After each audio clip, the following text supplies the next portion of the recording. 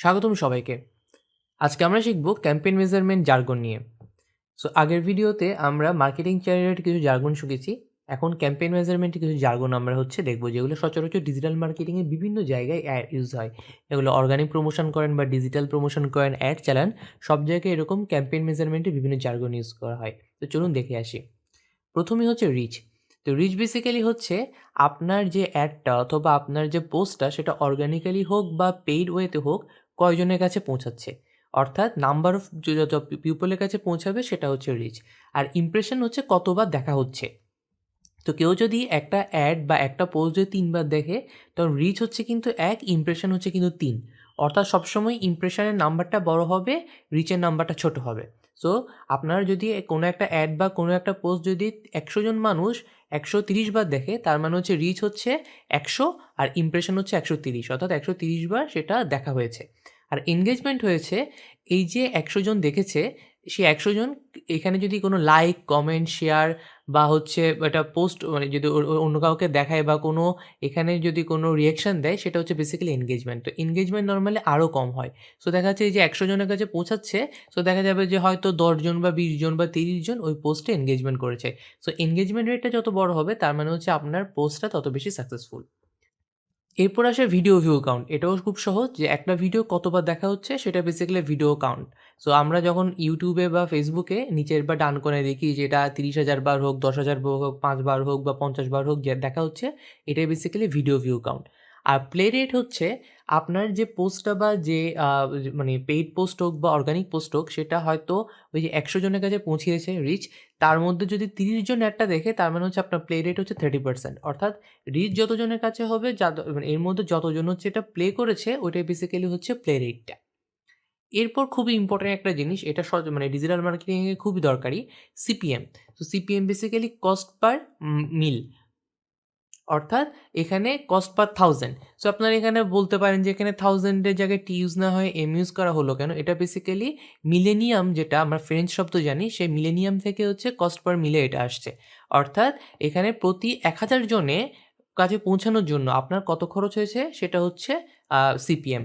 এটা আপনার একটু উল্টো দিকেও চিন্তা করতে পারেন, যে আপনাকে যখন Google AdSense থেকে যখন আপনি টাকা ইনকাম করেন, তখন বেসিক্যালি ওখানেও আপনি সিপিএম রেট হচ্ছে হয়তো জানতে চাইতে পারেন। অর্থাৎ আপনার যে প্ল্যাটফর্মে যে কোনো একটা অ্যাড যদি ১০০০ বার দেখা হয়, তখন আপনি যত টাকা পাবেন বা যত ডলার পাবেন, সেটাই বেসিক্যালি সিপিএম রেট। নরমালি দেখা যায় যে হচ্ছে আপনার ১০০০ জন দেখার কারণে আপনি হচ্ছে $১ পেলেন, অর্থাৎ আপনার সিপিএম রেট হচ্ছে $১। এরপরে সিপিসি বেসিক্যালি হচ্ছে কস্ট পার ক্লিক।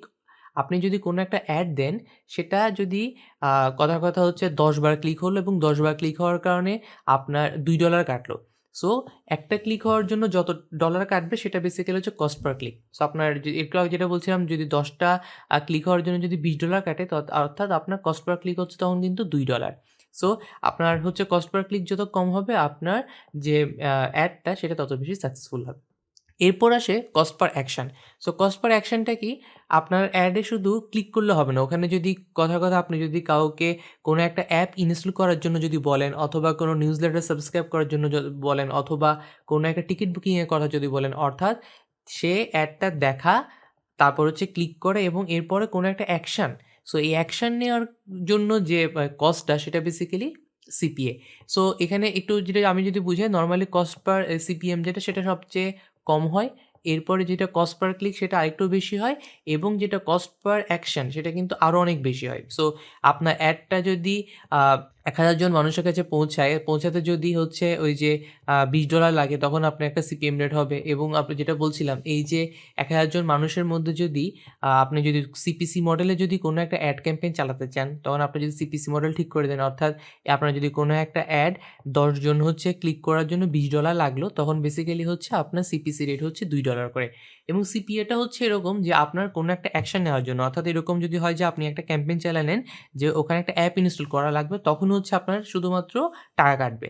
সো তখন যদি Google বা Facebook এরকম করে সিপিএ কোনো ক্যাম্পেইন চালালো, সো এরপর যদি আপনার যদি দেখেন যে আপনি অ্যাপ ৫ বার ইনস্টল হয়েছে, সেজন্য আপনার $২০ কেটেছে, অর্থাৎ আপনার তখন সিপিএটা হচ্ছে $৪ করে। সো এভাবে সিপিএম, সিপিসি এবং সিপিএ এইগুলা হচ্ছে এখানে হিসেবে আনা হয়।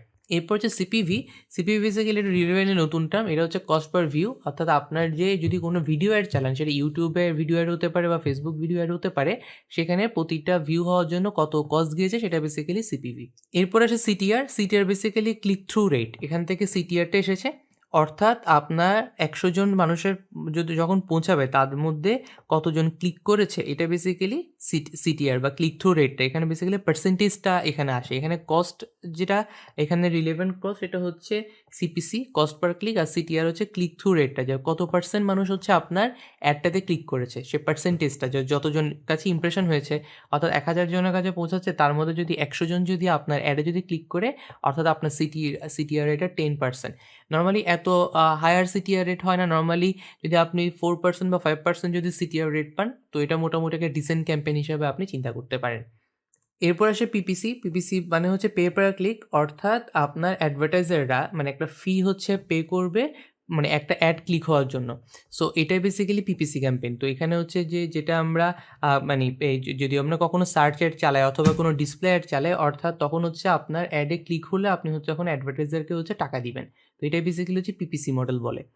এরপর হচ্ছে কাস্টমার অ্যাকুইজিশন কস্ট। এটা একটু ইজি, নাম শুনে বুঝছেন।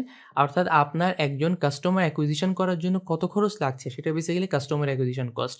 সো কাস্টমারটাকে অনেকভাবে হচ্ছে এখানে সংজ্ঞায়িত করে, যে অনেকে চিন্তা করে হচ্ছে আমার এখানে যদি এসে কেউ ই কমার্স সাইটে এসে যদি কোনো একটা কেউ পারচেজ করে, সেটাকে বেসিক্যালি অনেকে কাস্টমার ধরে। সো আপনি ধরেন কথার কথা একটা ক্যাম্পেইন চালালেন হচ্ছে $100, ওখানে হচ্ছে ওটা দেখে হয়তো 20,000 মানুষ হচ্ছে আপনার ওয়েবসাইটে ঢুকলো। তার মানে ওখানে ওয়েবসাইটে ঢোকার পরে হয়তো 200 জন হচ্ছে কোনো একটা জিনিস কিনলো।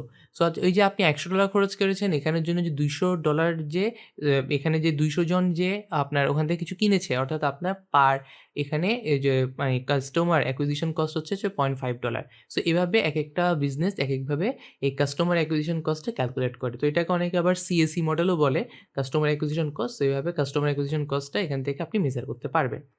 এরপর আসে ফ্রিকোয়েন্সি। আপনার অ্যাডটা কতবার দেখা হচ্ছে, একজন মানুষ কতবার দেখছে, সেটা বেসিক্যালি ফ্রিকোয়েন্সি। তো এটা ফ্রিকোয়েন্সি, এটা খুব ইজি। এটা বেসিক্যালি হচ্ছে আপনার ইমপ্রেশন ডিভাইড বাই যদি আপনি রিচ করেন, তখন আসলে ফ্রিকোয়েন্সি পেয়ে যাবেন। একটু আগে যেটা বলছিলাম, আপনার যদি 100 জন যে লোক আপনার কাছে রিচ হলো, তারা যদি 130 বার অ্যাডটা দেখে, তার মানে হচ্ছে ফ্রিকোয়েন্সি হচ্ছে 1.3। So 130 divide by 100, so 1.3। So এইভাবে কিন্তু ফ্রিকোয়েন্সিটা মেনটেন এখানে ক্যালকুলেট করা হয়। এরপর হচ্ছে কনভার্সন। কনভার্সন টার্মটা ইউজ করা হয় হচ্ছে যদি কোনো ইনস্টল অথবা কোনো এখানে কোনো সাবস্ক্রিপশান অথবা কোনো হচ্ছে ডিরেক্ট হচ্ছে বুকিং, এরকম যদি কোনো একটা কনভার্সন হয়, অর্থাৎ আপনি একটা কাস্টমারকে আপনি কনভার্ট করতে পেরেছেন আপনার পেইড কাস্টমার হিসেবে, সেটাকে বেসিক্যালি কনভার্সন বলে। আর কনভার্সন রেটটা বেসিক্যালি হচ্ছে আপনি এই যে 1000 মানুষকে রিচ করেছেন বা 100 মানুষকে রিচ করেছেন, তার কত পার্সেন্ট মানুষকে আপনি কনভার্ট করতে পেরেছেন। সো এটাই basically conversion rate. So normally conversion রেটটাও খুব ছোটো হয়, এরকম আপনি 2-3% বা 1% কনভার্সন রেট পেতে পারেন। সো এইভাবে আসলে কনভার্সন রেটটা হিসাব করা হয়। এরপর হচ্ছে ROI. ROI stands for return on investment. অর্থাৎ আপনি কত টাকা খরচ করেছেন অ্যাড স্পেন্ডিং অথবা টোটাল ক্যাম্পেইনে, ওখান থেকে আপনি কী রিটার্ন পেয়েছেন, কত টাকার হচ্ছে সেলস পেয়েছেন। তো আপনার টোটাল সেলসের যে নাম্বারটা, সেটাকে যদি আপনি ইনভেস্টমেন্ট দিয়ে ভাগ করেন, তখন আপনি এই আরওআই নাম্বারটা হচ্ছে পেতে পাবেন। সো বেসিক্যালি হচ্ছে আপনি কত টাকা ইনভেস্ট করে কত টাকা হচ্ছে রিটার্ন পেয়েছেন, সেটা বেসিক্যালি এখানে আরওআই হচ্ছে মেজার করে। সো আরওএএস, এটাও বেসিক্যালি ডিজিটাল মার্কেটিং একটু নতুন টার্ম। এটা হচ্ছে রিটার্ন অন অ্যাড স্পেন্ডিং। এখানে হচ্ছে যে রিটার্ন অন ইনভেস্টমেন্টের মধ্যে আসলে অনেক কিছু আসতে পারে। যেমন হচ্ছে আপনি একটা গ্রাফিক ডিজাইনার রাখতে পারেন, আপনি একটা ডিজিটাল মার্কেটিংয়ে রাখতে পারেন, আপনি অ্যাডের ডিরেক্ট স্পেন্ডিং করতে পারেন, আপনি কোয়েরি ম্যানেজমেন্টের জন্য আলাদা একটা লোক রাখতে পারেন, ক্যাম্পেইন ম্যানেজমেন্টের জন্য আলাদা লোক অর্থাৎ টোটাল ইনভেস্টমেন্ট করে কত টাকা রিটার্ন পেয়েছেন, সেটা বেসিক্যালি আরওআই। এবং কিন্তু আরওএএস যেটা, এটা হচ্ছে রিটার্ন অন অ্যাড স্পেন্ডিং। অর্থাৎ আপনি শুধু অ্যাডটা স্পেন্ড করে ওখান থেকে কত টাকা হচ্ছে রিটার্ন পেয়েছেন। অর্থাৎ আপনি যদি কথার কথা 10,000 টাকার কোনো অ্যাড ক্যাম্পেইন চালান, সাপোজ আপনার একটা জুয়েলারি শপ আছে, ওখানের জন্য আপনি 10,000 টাকার অ্যাড ক্যাম্পেইন চালিয়েছেন। আপনার এই অ্যাড ক্যাম্পেইন পার্টিকুলার ওই অ্যাড ক্যাম্পেইন থেকে আপনি সাপোজ 50,000 টাকা সেল পেয়েছেন। সো এটাই বেসিক্যালি এখন এখানে রিটার্ন অন অ্যাড স্পেন্ডিং তখন আসলে 5 টাইমস। সো এভাবে রিটার্ন অন অ্যাড স্পেন্ডিংটা মেজার করা হয়। এরপর আসে সিপিআর। সিপিআর বেসিক্যালি হচ্ছে কস্ট পার রেভিনিউ। এটাও কাছাকাছি আপনার রেভিনিউ যেটা পাচ্ছেন, সেটার জন্য কত টাকা খরচ হচ্ছে আপনার। মানে পার রেভিনিউর জন্য, অর্থাৎ হয়তো ৳১০০ রেভিনিউর জন্য আপনার কত টাকা খরচ করতে হয়েছে সেটা হয়তো সিপিআই। তো একটু এটা বেসিক্যালি হচ্ছে ROAS এর সাথে কাছাকাছি রিলেটেড। সো আপনার এখানে রেভিনিউ পাওয়ার জন্য কত টাকা খরচ হয়েছে সেটা সিপিআই। এখন এখানে যে কস্ট, এটা যে শুধুমাত্র অ্যাডভার্টাইজিং কস্ট হতে হবে তাও নাও হতে পারে। এটা অন্যান্য যেসব কস্ট এখানে রিলেভেন্ট আছে সেগুলো হচ্ছে এখানে ক্যালকুলেশন আসতে পারে। এরপর হচ্ছে CTA. CTA basically call to action. So CTA call to অ্যাকশনটা বাটন, এখানে নরমালি বিভিন্ন বাটন আকারে এরকম সিটিএ বাটনটা থাকে, অথবা কোনো একটা কল টু অ্যাকশন নিতে বলা হয়। অর্থাৎ আপনার কোনো অ্যাডের মধ্যে আপনি ক্লিক করুন, সাবস্ক্রাইব করুন, এখানে হচ্ছে এরকম বিভিন্ন হচ্ছে বাটন থাকে, অথবা সাইন ইন করুন, সাইন আপ করুন, আজই বুকিং করুন, এই টাইপের বিভিন্ন কল টু অ্যাকশন। অর্থাৎ আপনাকে একটা অ্যাকশন নেওয়ার জন্য হচ্ছে আপনি আপনার কনজিউমারকে হচ্ছে একটা কল করছেন। অর্থাৎ এখানে হচ্ছে কল বলতে এটা বেসিক্যালি ফোন কল বা এরকম কিছু না, মানে একটা তাকে জিজ্ঞেস করছেন বা তাকে হচ্ছে জানাচ্ছেন যে আমাদের এখানে একটা অ্যাকশন নিন, সাইন আপ করুন বা সাইন ইন করুন, ফ্রি সাবস্ক্রাইব করুন, অথবা হচ্ছে মানে এখানে একটা ফর্ম পূরণ করুন, এরকম বিভিন্ন একটা কল টু অ্যাকশন আপনি হচ্ছে তাদেরকে জানাচ্ছেন। তো এটাই বেসিক্যালি সিটিএ। এরপরে এবি টেস্ট। এবি টেস্টও ক্যাম্পেইন মেজারমেন্টে ইউজ হয়। এটা বেসিক্যালি এবি টেস্টটা এরকম যে আপনি যদি কোনো একটা ক্যাম্পেইন চালাচ্ছেন, সাপোজ সেই ক্যাম্পেইনটার হেডলাইন কী দেবেন বা ক্যাপশন কী দেবেন আপনি একটু কনফিউজ। তো তখন আপনি যেটা করতে পারেন, এবি টেস্ট চালাতে পারেন এভাবে, আপনি হচ্ছে আপনি হচ্ছে ২ টা ক্যাম্পেইনই চালালেন একসাথে। তো ২ টা ক্যাম্পেইন যখন একসাথে চালাবেন তখন কোন ক্যাম্পেইনটা ভালো করছে বা খারাপ করছে এটা বোঝার জন্য এরকম এবি টেস্টিংটা করা হয়। তো এটা এবি টেস্টিংটা কীভাবে কাজ করে, সাপোজ হচ্ছে আপনি ১০০ জন লোকের কাছে হচ্ছে কোনো একটা ইমেল ছাড়বেন। সো আপনি ওখানে টাইটেলটা কী দিবেন বুঝছেন না। তখন আপনি যেটা করবেন, আপনি এবি টেস্টিংয়ের জন্য ২ রকম হচ্ছে টাইটেলটা আপনি দিবেন, এবং এভাবে বলে দিবেন যে প্রথম ২০ জন মানুষের কাছে এই এবি টেস্টিংটা করা হবে, এবং ওখানের মধ্যে যেটা উইনার সেটা হচ্ছে বাকি ৮০ জনের কাছে যাবে। অর্থাৎ ব্যাপারটা এরকম, আপনি ওই যে ২০ জনের কাছে হচ্ছে এবি টেস্টিংটা 50-50% হচ্ছে করছেন, যে অর্থাৎ ১০ জনের কাছে প্রথম হেডলাইনটা যাবে, পরে ১০ জনের কাছে অন্য হেডলাইনটা যাবে। সো এই যে ১০ জনের মধ্যে যদি ২ জন যদি আপনার ইমেলটা খুলে, আর যদি বিতে যদি হয় যে এরকম ১০ জনের মধ্যে ৪ জন খুলছে, তার মানে হচ্ছে কিন্তু বি হচ্ছে উইনার। অর্থাৎ বাকি যে ৮০ জন আছে, সেই ৮০ জনের কাছে বি এর যে হেডলাইনটা সেটা হচ্ছে চলে যাবে। সো এটাই বেসিক্যালি এবি টেস্টিং। এগুলো নিয়ে হচ্ছে আমরা সামনে আরও বিস্তারিত জানবো বিভিন্ন লেসনে।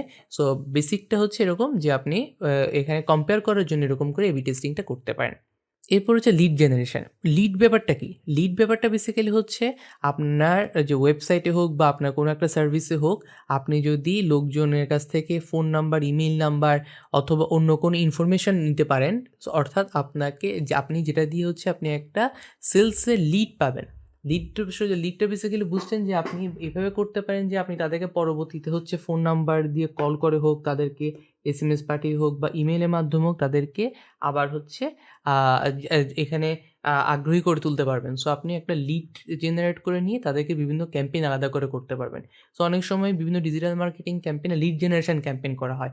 অর্থাৎ ডিরেক্ট সেলস না হলেও এখান থেকে হচ্ছে বিভিন্নভাবে ফোন নাম্বার, ইমেইল নাম্বার, নাম, বিভিন্ন হচ্ছে ইনফরমেশন নিয়ে নেওয়াটাকে হচ্ছে লিড জেনারেশন ক্যাম্পেইন অনেক সময় বলা হয়। তো তাদেরকে যেন পরবর্তীতে কনভার্ট করার জন্য আলাদা করে কোনো ক্যাম্পেইন চালানো যায়। এছাড়াও ওয়েবসাইটে ল্যান্ডিং পেজ বলে একটা ব্যাপার আছে। ল্যান্ডিং পেজ বেসিক্যালি এরকম যে আপনি যে ক্যাম্পেইনটা চালাচ্ছেন, অ্যাড ক্যাম্পেইন, সেখানে ক্লিক করলে যে আপনি যে সিটিএটা দিয়েছেন যে সাইন আপ করুন, অথবা হচ্ছে ফ্রি বুকিং দিন, অথবা ট্রায়াল করুন, এই যে ওখান থেকে যে ক্লিক করার পর যেখানে আপনার ওয়েবসাইটে আসবে সেটাই বেসিক্যালি ল্যান্ডিং পেজ। অর্থাৎ বিভিন্ন ক্যাম্পেইনের জন্য বিভিন্ন ল্যান্ডিং পেজ থাকতে পারে। সো এখানে ল্যান্ডিং পেজ ব্যাপারটা এরকম যে যেখানে সে ল্যান্ড করবে আপনার ইউজার, সেটা হচ্ছে ল্যান্ডিং পেজ। এরপর হল ট্রাফিক। এই ট্রাফিকটা কিন্তু ট্রাফিক জ্যাম না। এই ট্রাফিকটা বেসিক্যালি হচ্ছে আপনার ওয়েবসাইটে কতজন ভিজিটর আসছে, এটা বেসিক্যালি হচ্ছে ট্রাফিক। এটা বেসিক্যালি ওয়েবসাইট ট্রাফিক বলে। তো স্বাভাবিকভাবে বুঝছেন একটা ওয়েবসাইটে যত বেশি ট্রাফিক হবে সেটা তত বেশি হচ্ছে সাকসেসফুল একটা ওয়েবসাইট। এরপর হলো বাউন্স রেট। বাউন্স রেট ব্যাপারটা এরকম যে আপনার ওয়েবসাইটে যে আসলো, কথার কথা হচ্ছে ১০০ জন আসলো, তার মধ্যে ৫০ জন এরকম হলো তারা সেকেন্ড আর কোনো পেজে গেল না। তারা ল্যান্ডিং পেজে এসেই চলে গেল। সো আপনার বাউন্স রেটটা তখন হচ্ছে 50%। আর বাকি ৫০ জন তারা কি করলো? তারা হচ্ছে বিভিন্ন ওয়েবসাইটের অন্যান্য যে পেজ সেগুলো ঘেঁটে দেখলো। তো স্বাভাবিকভাবে বুঝতে পারছেন আপনার ওয়েবসাইটের বাউন্স রেট যত কম হবে, তাহলে বুঝতে পারবেন হচ্ছে আপনার ওয়েবসাইট তত বেশি অ্যাট্রাক্টিভ। একটা যদি আপনি হচ্ছে বাউন্স রেট যদি 20% হয়, তার মানে হচ্ছে ১০০ জন যে ল্যান্ডিং পেজ এসেছে, তার মধ্যে ৮০ জন কিন্তু আরও ফার্দার ইন্টারেস্টেড হয়ে অন্যান্য পেজ বা অন্যান্য অফার-টফারগুলোতে হচ্ছে বা অন্যান্য প্রোডাক্ট পেজগুলোতে হচ্ছে ঘোরাঘুরি করছে। সো আপনাকে একটা মার্কেটার হিসেবে চিন্তা করতে হবে যে আপনার বাউন্স রেট ওয়েবসাইটে যত কম হয়। ইউনিক ইউজার, এটার নাম শুনেই বুঝছেন। আপনার এই যে 100 জন হচ্ছে আপনার এখানে ল্যান্ড করলো, তার মধ্যে ইউনিক ইউজার কতজন? অর্থাৎ 100 জন যে ল্যান্ড করলো, 100 জন ইউনিক নাও হতে পারে। অর্থাৎ আপনার এই যে যেখানে ক্লিক করে একজন মানুষ হয়তো 5 বার ঢুকতে পারে, আরেকজন মানুষ হয়তো 3 বার ঢুকলো, আরেকজন মানুষ হয়তো 2 বার ঢুকলো। সো তারা কিন্তু ইউনিক মানুষ না। তারা আলাদা, আলাদা যে ইউনিক মানুষ কতজন সেটা বেসিক্যালি একটা অ্যাড ক্যাম্পেইন মেজারমেন্টের একটা বেঞ্চমার্ক আরকি। সো এখানে যেমন হতে পারে যে হচ্ছে আপনার ইউনিক ইউজার যদি হচ্ছে 80% হয়, তার মানে হচ্ছে 80 জন লোক হচ্ছে আপনার নতুন, বাকিরা হচ্ছে মানে ডাবল আসলো বা ট্রিপল আসলো এরকম করে বুঝায়। সো ইউনিক ইউজার কতজন সেটাও একটা গুরুত্বপূর্ণ হচ্ছে একটা মেজারমেন্ট। এরপরে যে সেশন ডিউরেশন, এই যে যেটা বলছিলাম যে আপনার ওয়েবসাইটে এসে সে কতক্ষণ থাকলো সেটা বেসিক্যালি সেশন ডিউরেশন। তো নরমালি একটা ওয়েবসাইটের সেশন ডিউরেশন যত বেশি হবে 3 মিনিট, 4 মিনিট বা 5 মিনিট বা 7 মিনিট, অনেক সময় ফেসবুকের ক্ষেত্রে এটা 20-30 মিনিটও হতে পারে। সো সেশন ডিউরেশন হচ্ছে আপনার ওয়েবসাইটের শেষে কতক্ষণ কাটালো সেটা বেসিক্যালি সেশন ডিউরেশন। সো এখানে সেশন ডিউরেশনের সাথে আসলে বাউন্স রেটেরও আসলে সম্পর্ক থাকে। সো হচ্ছে আপনার বাউন্স রেট যত হচ্ছে কম হবে, আপনার স্বাভাবিকভাবে হচ্ছে সেশন ডিউরেশনটা বেশি হবে। ইউনিক ইউজার যেরকম বললাম যে ইউনিক কতজন মানুষ হচ্ছে আপনার ওয়েবসাইটে ঢুকলে, রিটার্নিং ইউজার হচ্ছে পরবর্তীতে, অর্থাৎ ধরেন একটা নির্দিষ্ট টাইম ফ্রেমে 1 মাস বা 7 দিনের মধ্যে কোনো ইউজারকে আবার আপনার ওয়েবসাইটে ফিরে আসলো কিনা সেটা basically returning user rate. So এখানেও বুঝতে পারছেন যে রিটার্নিং ইউজার যত বেশি হবে আপনার ওয়েবসাইটটা তত বেশি অ্যাট্রাকটিভ বা আপনার প্রোডাক্ট বা সার্ভিসটা তত বেশি অ্যাট্রাকটিভ। সো হচ্ছে আপনি একটা প্রোডাক্টের সাপোজ একটা ই-কমার্স সাইটে, সাপোজ হচ্ছে দারাজে হচ্ছে কোনো একটা প্রোডাক্টের পেজে ঢুকলেন। 7 দিন পরে হচ্ছে আবার হয়তো অন্য কোনো একটা প্রোডাক্ট পেজে আসলেন, অথবা ওই প্রোডাক্ট পেজে আবার ফেরত আসলেন। অর্থাৎ রিটার্নিং ইউজার পার্সেন্টেজটা এখানে খুব গুরুত্বপূর্ণ একটা বেঞ্চমার্ক হিসেবে কাজ করে। সো স্বাভাবিকভাবে বুঝছেন রিটার্নিং ইউজার যত বেশি হবে একটা ওয়েবসাইট বা একটা প্রোডাক্ট বা ব্র্যান্ড তত বেশি হচ্ছে সাকসেসফুল। এরপর হলো চার্ন রেট। তো চার্ন রেট বেসিক্যালি হচ্ছে আপনার ওয়েবসাইটে কোনো একটা সার্ভিসে সে সাবস্ক্রাইব করার পরে কিছু সময় পর যদি সে আনসাবস্ক্রাইব করে ফেলে, সেটার রেটটা বেসিক্যালি চার্ন রেট। তো সাপোজ কথার কথা কেউ নেটফ্লিক্সে সাবস্ক্রিপশন করলো। প্রতি মাসে, মাসে তাকে টাকা দিতে হচ্ছে। কিন্তু পার্টিকুলার একটা স্পেসিফিক পিরিয়ড টাইমের পর সে আনসাবস্ক্রাইব করে দিল, সে আর নেটফ্লিক্স দেখবে না। সো এখানে তাহলে ব্যাপারটা কীরকম হবে যে আমি ধরে নিতে পারি হচ্ছে এরকম যদি একটা 3 মাসের একটা টাইম ফ্রেম বলি, তো এখানে চার্ন রেটটা কত আমাকে হিসাব করতে হয়। এখন নেটফ্লিক্স অথরিটি দেখলো এই পার্টিকুলারলি 3 মাস টাইমে তার চার্ন রেট হচ্ছে 20%, অর্থাৎ 100 জন যারা পুরনো সাবস্ক্রাইব ছিল তার মধ্যে 20 জন হচ্ছে আর নতুন করে 3 মাস যাওয়ার পর আর সাবস্ক্রিপশন করলো না। সো এটাই বেসিক্যালি হচ্ছে চার্ন রেট। এরপর আসি এলটিভি নিয়ে। এলটিভি বেসিক্যালি হচ্ছে লাইফ টাইম ভ্যালু। তো লাইফ টাইম ভ্যালুর ব্যাপারটা এরকম, একটা বিজনেস যতদিন বিজনেস অপারেশনে আছে সে একটা ইউজার থেকে মোট কত টাকার বিজনেস করবে সেটাই বেসিক্যালি লাইফ টাইম ভ্যালু। অর্থাৎ এখানে ব্যাপারটা এরকম যে কিছু, কিছু অবশ্য পার্টিকুলার প্রোডাক্টের ক্ষেত্রে এলটিভি বেশি হতে পারে, কম হতে পারে। একেকটা বিজনেসের নেচারের উপর ডিপেন্ড করে এলটিভিটা একেক রকম হয়। যেন আমি একটু আগে যে নেটফ্লিক্সের এক্সাম্পলটা দিলাম। সো নেটফ্লিক্স সাপোজ কথা হচ্ছে 20 বছর ধরে মার্কেটে আর থাকলো বা 20 বছর ধরে বিজনেস অপারেশন করলো। তারা অন এভারেজে একটা ইউজার থেকে, সাপোজ এই 20 বছরে অন এভারেজ একটা ইউজার থেকে হচ্ছে $1000 করে হচ্ছে ইনকাম করলো। সো তো তখন তাদের যে এখানে যে কাস্টমার লাইফ টাইম ভ্যালুটা সেটা হচ্ছে $1000। তো এভাবে হচ্ছে কিন্তু এটাও একটা ক্যাম্পেইন মেজারমেন্টের একটা জার্গন হিসেবে এটা ইউজ হয়। এছাড়া কোয়ালিটি র্যাঙ্কিংটা ইউজ হয় বেসিক্যালি সার্চ ইঞ্জিনের ক্ষেত্রে অথবা অ্যাড র্যাঙ্কিংয়ের ক্ষেত্রে। এটা বেসিক্যালি একটা ইন্টারনাল কোনো একটা অ্যালগরিদম। এখানে বিশেষ করে আপনার টেক্সট, ভিজুয়াল, আপনার অ্যাডের ক্ল্যারিটি বা সব কিছুর উপর ডিপেন্ড করে একটা কোয়ালিটি র্যাঙ্কিং দেয়। তো কোয়ালিটি র্যাঙ্কিংটা যার যত বেশি হবে অ্যাডটা অটোমেটিক বিডিং প্রসেসে তত উপরে দেখাবে, অথবা সার্চ ইঞ্জিনে তত হচ্ছে উপরে আসবে। সো আমরা বেসিক্যালি সার্চ ইঞ্জিন অপটিমাইজেশন বা সার্চ ইঞ্জিন মার্কেটিং এভাবে করে আমাদের পেজের বা আমাদের যে ওয়েবসাইটে সেগুলোর র্যাঙ্কিংটা আস্তে আস্তে বাড়াই। তো এই কোয়ালিটি র্যাঙ্কিংটা বাড়লে তখন হচ্ছে আপনার সার্চ রেজাল্টে আপনার ওয়েবসাইটের নাম বা আপনার প্রোডাক্টের নাম তত উপরে উঠবে, অথবা পার্টিকুলারলি কোনো একটা অ্যাড স্পটে আপনার অ্যাডের র্যাঙ্কিংটা হায়ার হওয়ার কারণে আপনার অ্যাডটা হচ্ছে শো করবে। এরপর হচ্ছে ad relevance. So ad relevance এটা একটু নতুন টার্ম। এটাও বেসিক্যালি হচ্ছে আপনার অ্যাডটা এখানে বিভিন্ন ফ্যাক্টরের উপর ডিপেন্ড করে হচ্ছে কতটুকু রিলেভেন্ট, অর্থাৎ আপনার অ্যাডটা আপনার ইউজারদের কাছে কত বেশি পজিটিভ ভ্যালু দিচ্ছে। সো এখানে বেসিক্যালি পজিটিভ বা নেগেটিভ দুইটা ভ্যালুর উপর ডিপেন্ড করে এরকম একটা অ্যাড রিলেভেন্স বা অ্যাড রিলেভেন্সি একটা বলে, এবং কাছাকাছি এটার সাথে একটা রিলেভেন্স স্কোরও দেওয়া হয়। সো রিলেভেন্স স্কোর হচ্ছে 1 থেকে 10-এর মধ্যে। সো কোনো একটা রিলেভেন্স স্কোর যদি কারো 9 হয় বা 10 হয় তার মানে হচ্ছে ওই অ্যাডটার পারফরমেন্সটা ভালো। সো এটা গুগল বা ফেসবুকে এরকম অ্যাড রিলেভেন্স বা রিলেভেন্স স্কোর এগুলা অনেক সময় হাই কোয়ালিটি বা হচ্ছে মিডিয়াম এভাবে হচ্ছে এখানে স্কোরটা দেওয়া হয়, অথবা হচ্ছে 1 থেকে 10 এভাবে হচ্ছে স্কোরটা দেওয়া হয়। তো রিলেভেন্স স্কোর বা যত ভালো হবে অথবা হাইয়ের দিকে হবে তত হচ্ছে আপনার অ্যাডটা বেটার পারফর্ম করেছে এটা আমরা বুঝতে পারি। সো এগুলাই বেসিক্যালি বিভিন্ন ক্যাম্পেইন মেজারমেন্ট জার্গন। সো এগুলা নিয়ে আপনারা আরও একটু যদি জানতে চান, আমি এখানে খুব সংক্ষেপে বলেছি। আপনারা আরও যদি জানতে চান এগুলো নিয়ে আপনারা একটু গুগল করলে বা বিভিন্ন আর্টিকেল পড়লে আরও ডিটেইলসে জানতে পারবেন। সো বেসিক্যালি ক্যাম্পেইন মেজারমেন্ট জার্গনগুলো যদি আপনার জানা থাকে, আপনি যেকোনো একটা অ্যাড ক্যাম্পেইন চালানোর সময় যে টার্মগুলো এগুলো বেটার বুঝতে পারবেন এবং সেই অনুযায়ী বেটার হচ্ছে অ্যাকশন নিতে পারবেন। সো আজকে এ পর্যন্তই। আমরা নেক্সট ভিডিওতে আরও কিছু এখানে জার্গন নিয়ে শিখব।